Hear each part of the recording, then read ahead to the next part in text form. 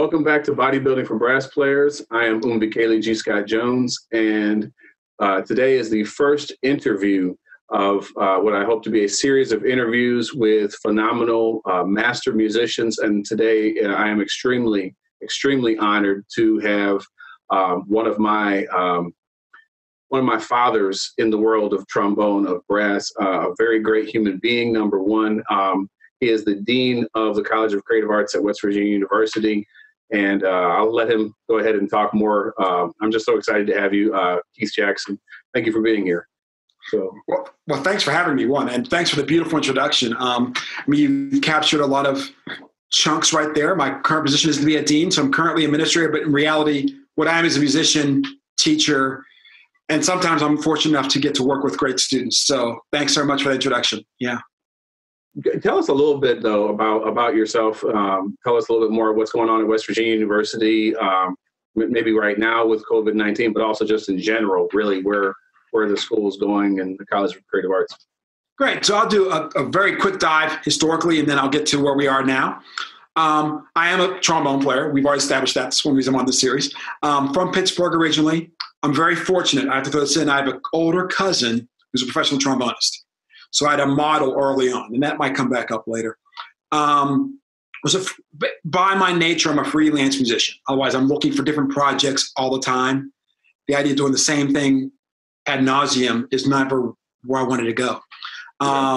Speed up a bit after freelancing in Pittsburgh with some great players. Went to graduate school and then found out that the whole collegiate path was actually a career where you get to do different projects and teach. Mm-hmm. So I found out that what I wanted to do actually existed at the collegiate level. Finished my degrees, went to North Carolina, taught there, did a whole bunch of different things. And then since 1995, I've been at WVU, West Virginia University, as the trombone professor, then trombone professor / director of graduate studies, then trombone professor, director of the School of Music, which is where we met. Well, the second time we met. Right. And then, and now the Dean of the College of Creative Arts for the last 3 years. And one of the things that's interesting throughout that whole process is the trombone and my relationship to the trombone does change in some ways as that process happens. So, yeah, so that's kind of a quick thing. And what's going on West Virginia University right now? We're just finishing up our first year, a very strange, unique year, we all know. With a new trombone professor, Hakeem Bilal is our professor. He's wrapped up a great first year. Interesting because we have different backgrounds as players. He's primarily a bass trombone player, and I'm a tenor trombone player who plays a lot of bass trombone, but he's a bass trombone player. So we have different backgrounds. He definitely comes at it more from the orchestral world, but he also has a lot of versatility and diversity in his playing. He does something called beauty slap, which is like a horn line with mixes. And then he has this great brass quintet too. So that's what's going on there now. And as we adapt to this changing world, we're looking at the challenges, also going with these challenges, maybe some of the things we learn will be things we take into the future. So for example, what we're doing right now with how do you reach people when you can't be together? Right. This is something we're all stepping up our game. Yeah. Great. I talk too fast. I always forget to mention that. The same thing. I wonder if I got that from you.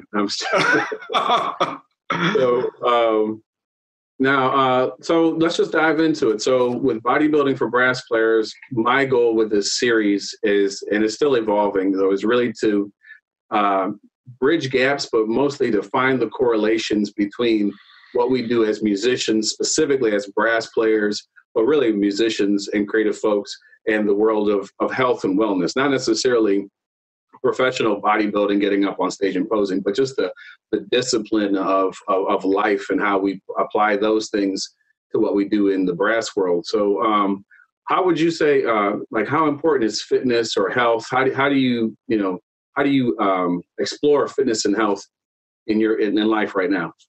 Yeah, and the last little fragment right now is interesting because it changes.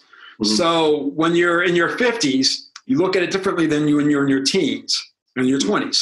There's a lot of things as a younger player you take for granted. Okay. One, being fit, being healthy. Well, if you're active, you take being fit for granted. So I was fortunate in high school. I was a swimmer. I was on the swim team. I wasn't great. I was good, but I wasn't great. What that means, I was also physically active and working on things like strength, flexibility, and obviously air control and efficiency. So that was important there. As throughout the professional career, I realized there are certain correlations that can never be lost. So one, anybody knows me knows I drink a lot of coffee, What not everybody realizes is, and I've got it right behind me too, if you're drinking a lot of coffee, you need to drink a lot of water to hydrate. Right. So a lot of my fitness desires have been to do the behaviors I want to do, I have to be fit. So if I'm going to play my horn the level I want to play, I have to be flexible. My breathing has to be working. My core has to be engaged. Okay. If I want to play the horn the way I want to play it, I have to know what my limit is how much sleep do I need. And that number changes. So for a while there, I could go on 4.5, 5. I can't do that now. Now it's 7, right? But you know those limits to go, okay, what do I need? So for me, the fitness is a means to an end. And that end is to do whatever, actually, since I got it here, whatever I want to do in life, but also in trombone. Right. But what's interesting too, you mentioned the discipline. And this is one of the balance tricks, difficulties personally, because both practicing and staying fit and exercising require mental discipline. So there is a core part of our being that they both need the same thing. So when I'm looking at time and time distribution, they both need discipline. Right. And they both are internal disciplines. So it's not like, somebody can tell you need to do this, but to be honest, to play the horn well and to be physically fit, it's got to be internal primarily. Right. So that's an interesting balance personally, just that, okay, I feel great. I actually went out and went running, and now I need to do that part of the trombone before I get to the fun part of the trombone. Right. So that's an interesting thing. Yeah. Right. So, and I'm going to ask you some questions about that, about doing one thing, of course, before you getting into what you really want to do. So let's dive into that one then. How would you design a practice routine for an undergrad or a grad student? If you were teaching them to incorporate the fundamentals that they need, and then also do everything else they need to do. Yeah, actually, it's funny. And because of the interview, I was thinking about this, and I used to do a pedagogy class. And we talk about designing lessons, and in that way also designing practice routines, and coming back to some fundamentals of every engagement, whether it's a lesson or a practice routine, has to have a couple of different things. One is when you get the mind and body going. So some people out there might wake up in the morning and everything's firing on all cylinders. I'm not one of them. Yeah. And it might be the body, it might be the mind, but I need to get them going. And I think most people the same way. And especially if you're working with a student, you're going, okay, you know what? Let's get that habit going. And if you find out later for some reason you're that freak who doesn't need to, great. But chances are you will. So let's get that going. So one is the mind-body engagement. Okay. For me, I like that to be something that is, connecting the two, something sustained. I'll be honest, I'm a long tone guy, but some people just want to play a beautiful melody that has a lot of sustain in it, and that's fine too. But something where I'm hearing a note, I'm subdividing, I'm blowing, and I'm buzzing. And hopefully it's that simple. It's like, okay, that was 3 things, right? Hear it, take a breath, and blow, and it all works, right? So if I'm breaking into percentages, if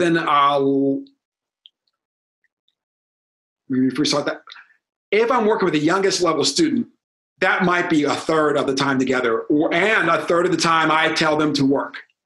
So if I'm working with a young student who's a 30-minute lesson, we're doing 10 minutes of getting the mind and body working to function, or fundamentals, routine, warm up, whatever. The next part of the routine and also a lesson is do that stuff that is challenging, that takes the best mental focus. So for me, it's interesting. We are often best at teaching our weaknesses. Okay. So for me, intonation is something that can go away. I mean, I can have some days where it's like, it's great, and other days I can't hear. There could be a cow in the backyard and I have no clue what sound it's making. That's a very strange analogy, but you get my idea. So I teach intonation better than because it's not natural for me. Right. Working on pitch is early in a routine for me, and then working on improving my pitch is something I do early on. So at this point, that means playing over drones is early on. Mm-hmm. If somebody's not a great sight reader, I would say do your sight reading early.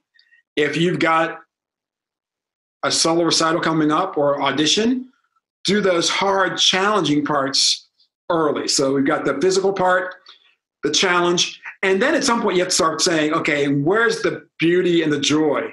So I like to keep the fun. So I'm one of those carrot guys. It's like, oh, you can do the fun stuff at the end. Yeah.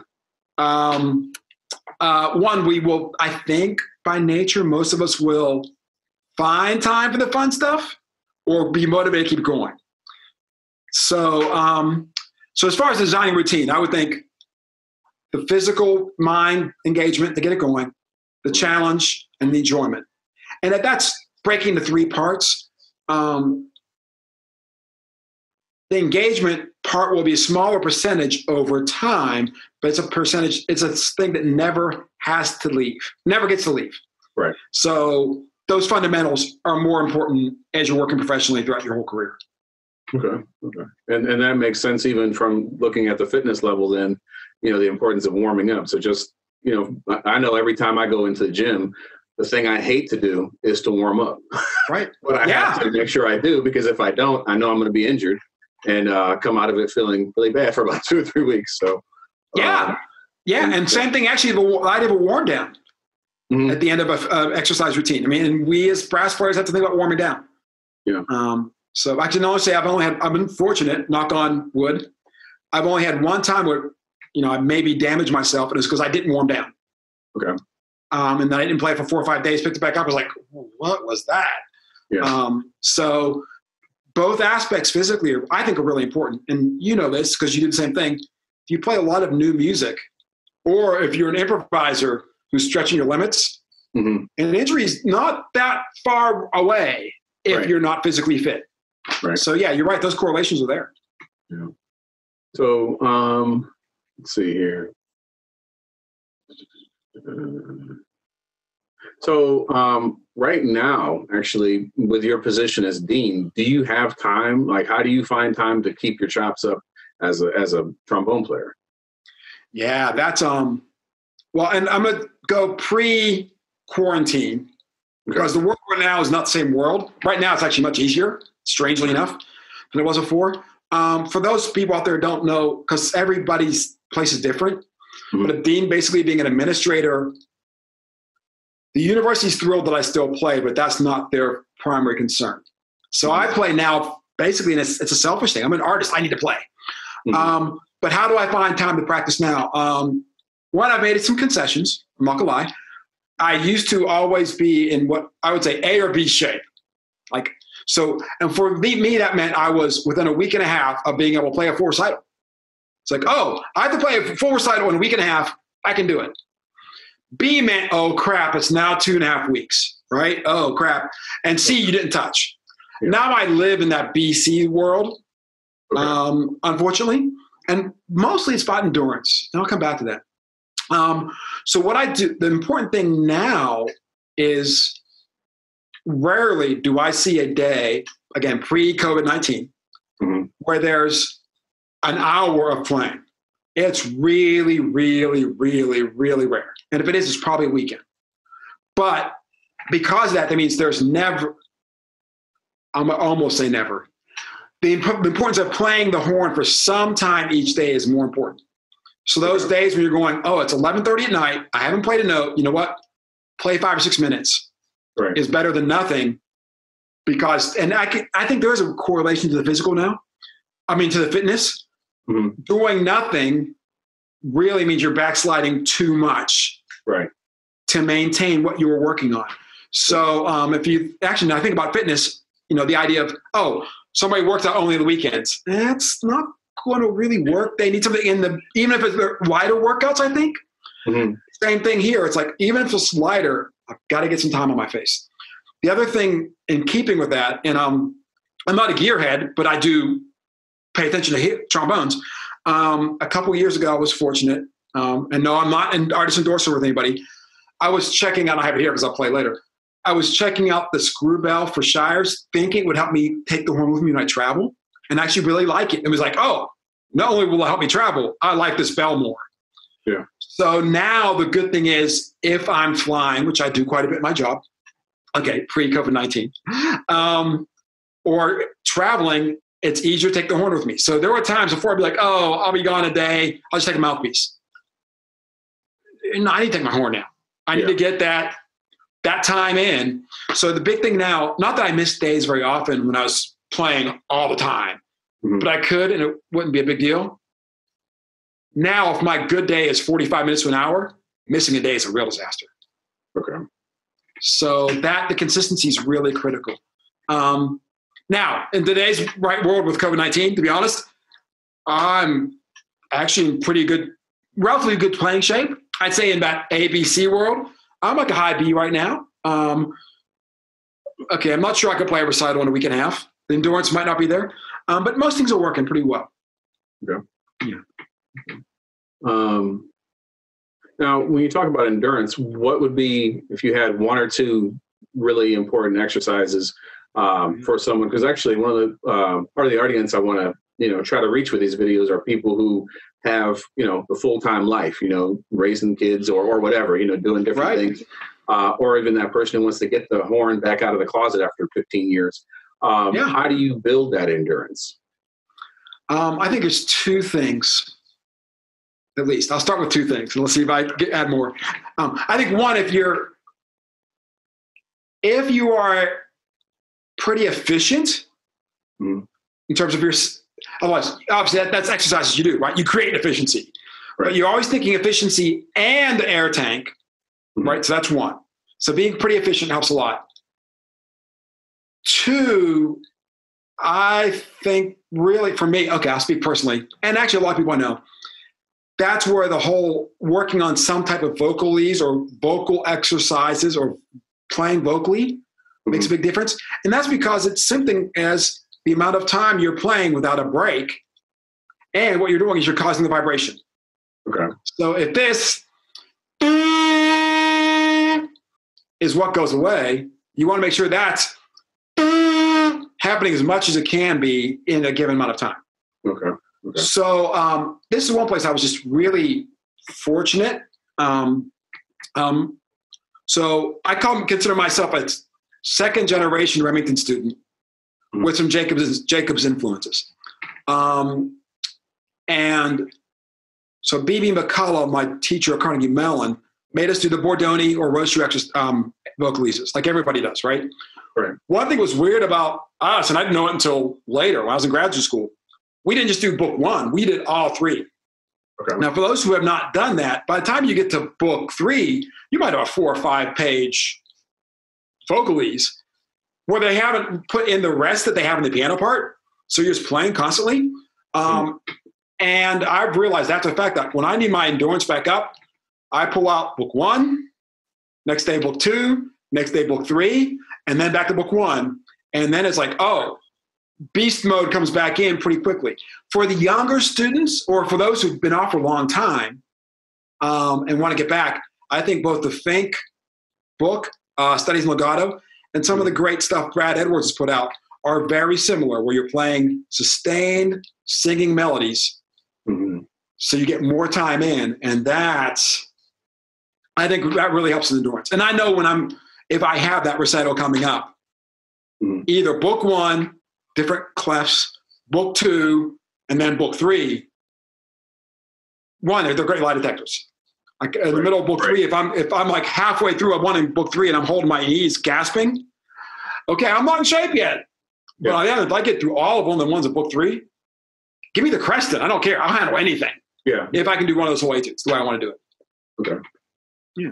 Okay. I'm not sure that's the answer you were. That might have surprised you a little bit, but no, that's great. That's great. No, because that's a great answer. And also, what I'm thinking, not to try to reword what you're saying, because I don't want to do that at all, but I'm also thinking about making music in order to stay, to overly simplify. One thing I'm hearing is that just get into making some really, lyrical music, and that's going to help build the endurance, which is what we want to do anyway. We want to sound like vocalists when we play, Right. So, yeah, that's our goal.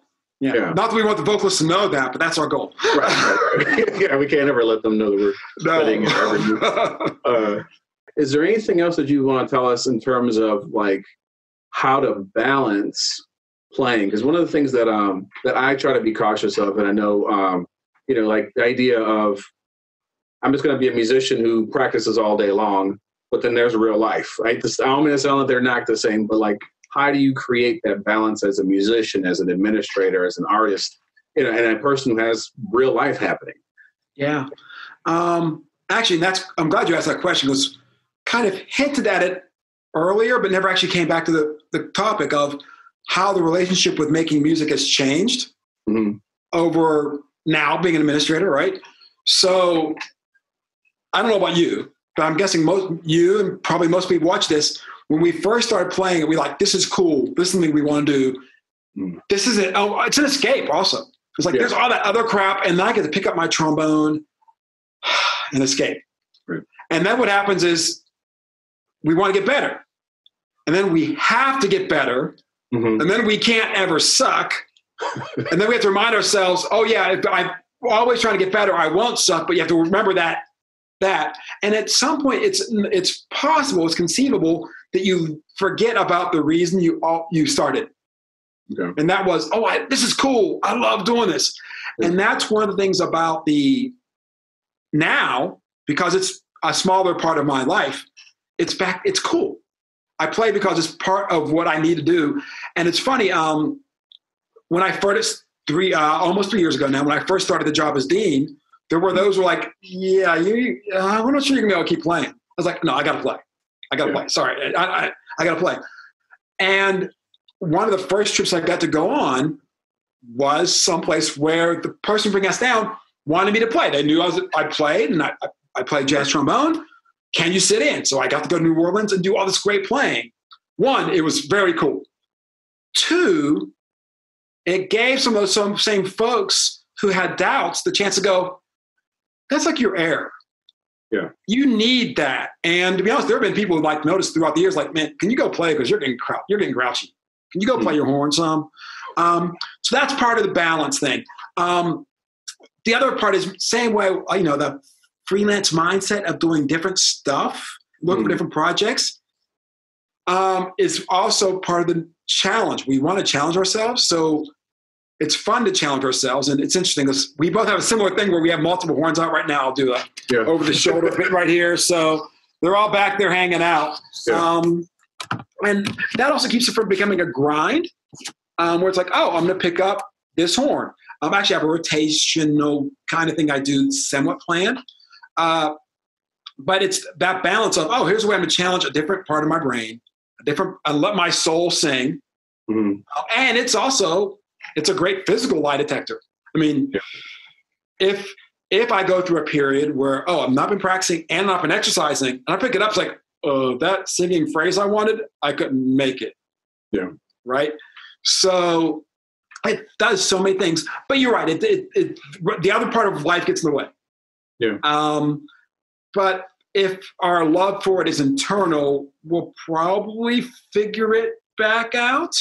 Okay. And every now and then you have to accept when it doesn't. Sometimes the rest of life gets in the way and wins. But then the good thing is, it's like all of a sudden you get back to your horn, and it's like, you know what? It's like going out to a great restaurant. It's like, hey, let's go out and have something great to eat. We don't get to do that often. Let's go to our favorite restaurant. Great. And also it's like, it's been a way. I get to go back to my favorite restaurant. Yeah. You know what? That is a very fine red wine. I like that a lot, Yeah. So I haven't figured it out. So just so you know, all this balance stuff I'm talking about, I haven't figured it out, but that's how I'm coming at it right now. Yeah. Okay. Great. Actually, do you mind if I go ahead and just ask you now if you want to play something for us? Sure. And it's funny. It kind of fits. I'll be doing this shift around thing a little bit. Okay. So what I did when you said that might happen is I thought, I should practice what I preach. So there's a book that I did not know.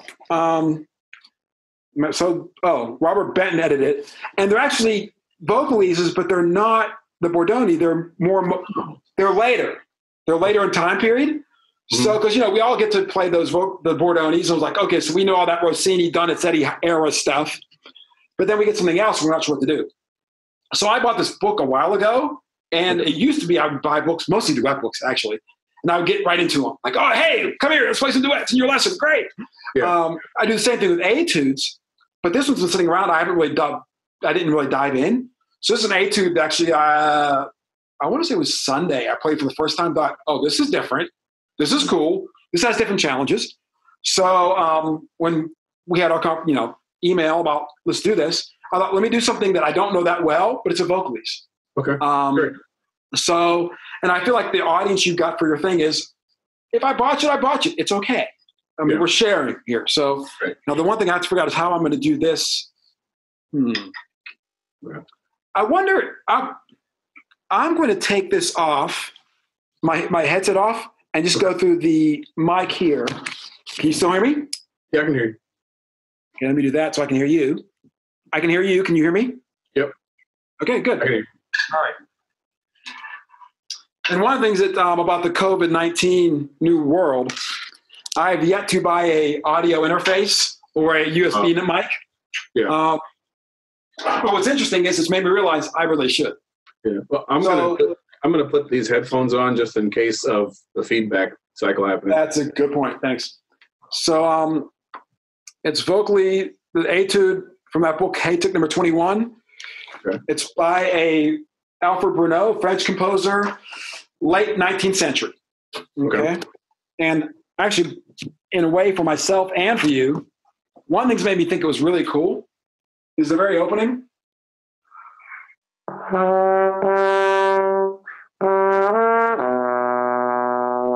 It's just so different to not take the B flat to be natural, but down instead. Okay. A lot of chromaticism happening here.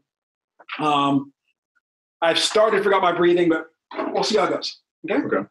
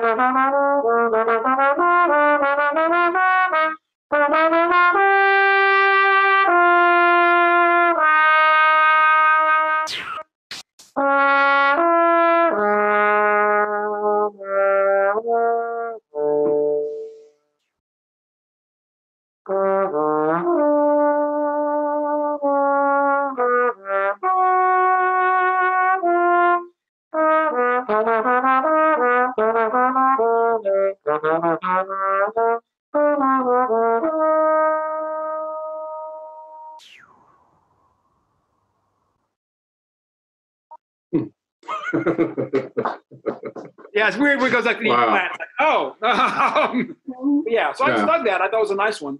Yeah, that's. I'm gonna have to get that book now. Yeah. I mean, I'm enjoying getting into it. So yeah, that's really cool. Well, let's go ahead and wrap up here, I guess.